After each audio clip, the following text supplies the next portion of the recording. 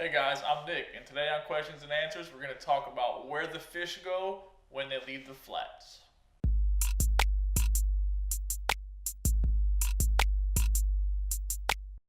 Alright guys, Questions and Answers started off well, it's going smoothly. We have a ton of questions from a ton of people, and it's going to make this stuff really good for you guys. This question was sent in by a guy who referred to himself, maybe it was a girl, as Elite Kayaker Noob.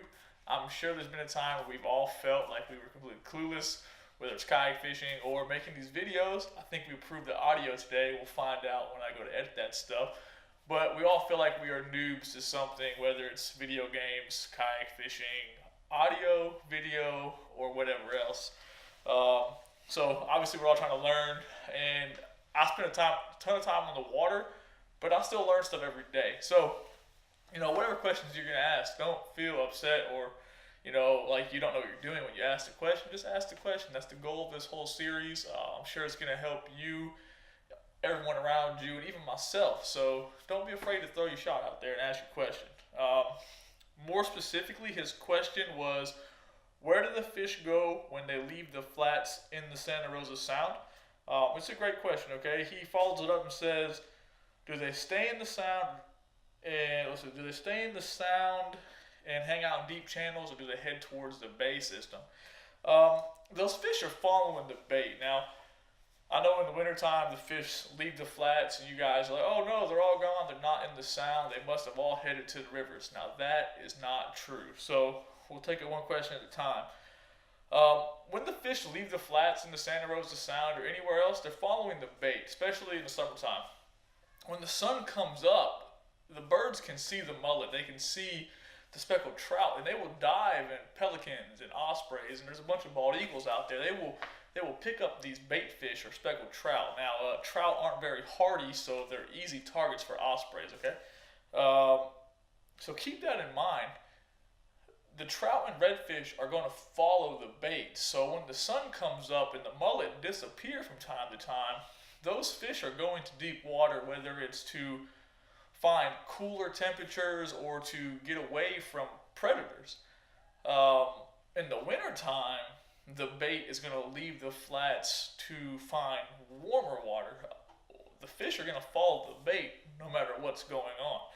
So it's important that you keep that stuff in mind. In the wintertime, the Santa Rosa Sound is a fantastic fishery. It's often overlooked. A lot of people have the conception that all of the fish in the Sound go to Milton. They all go to Blackwater. They all go to Escambia Bay. They all go to East River. They don't. If there was a trout and it was in the Navarre Sound, that fish would have to swim 60 miles round trip. So a 14-inch trout would have to swim 60 miles to a river and back. That's just not relevant, and it's not really going to happen. I will tell you, the Sound is a fantastic fishery year-round. I prefer to fish the Sound in the wintertime. There's no jet skis, there are no party boats, there are no pontoon boats, there are no people just out there doing all kinds of, Guggen stuff, all right? Now, that being said, you have no reason to be out there at 6:30 in the morning.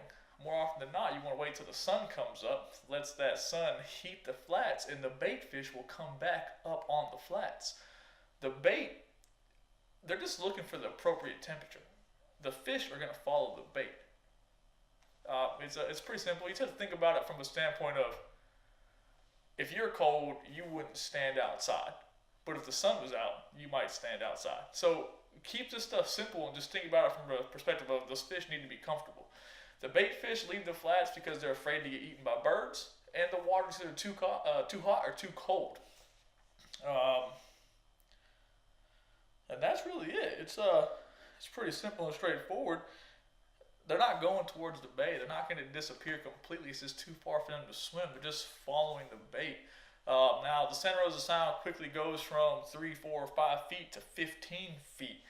There are places out towards Pensacola where there are 8-foot deep areas that are full of grass. Okay, and obviously you can't see that far, but with a good pair of electronics, you can tell it's just grass and sand. Keep that stuff in mind. The fish have to eat. They're not going to swim all the way to the river system and disappear because it got cold or the bait disappeared. Just following the bait.